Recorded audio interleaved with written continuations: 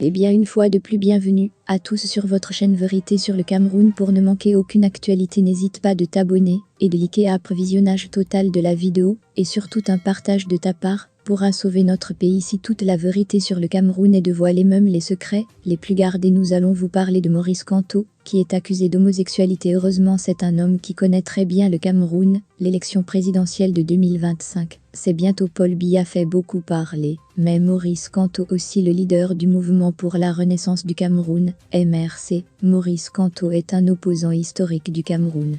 À plusieurs reprises, il a essayé de battre le président Paul Biya aux élections présidentielles sans pouvoir y arriver.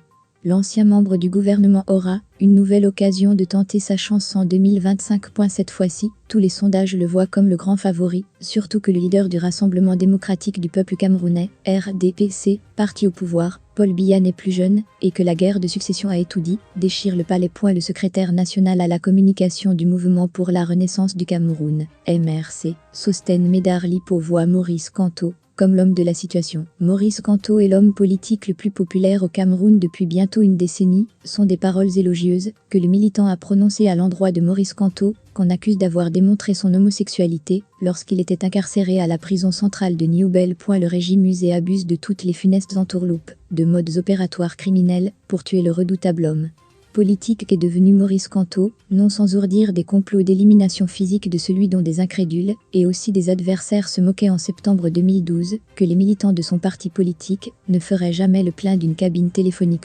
Ces ostrogoths ont une double caractéristique. Elle calomnie publiquement tout ce qui incarne la vertu au sein du MRC et s'acharne sur chaque personne qui est l'incarnation de la probité morale et de valeurs républicaines.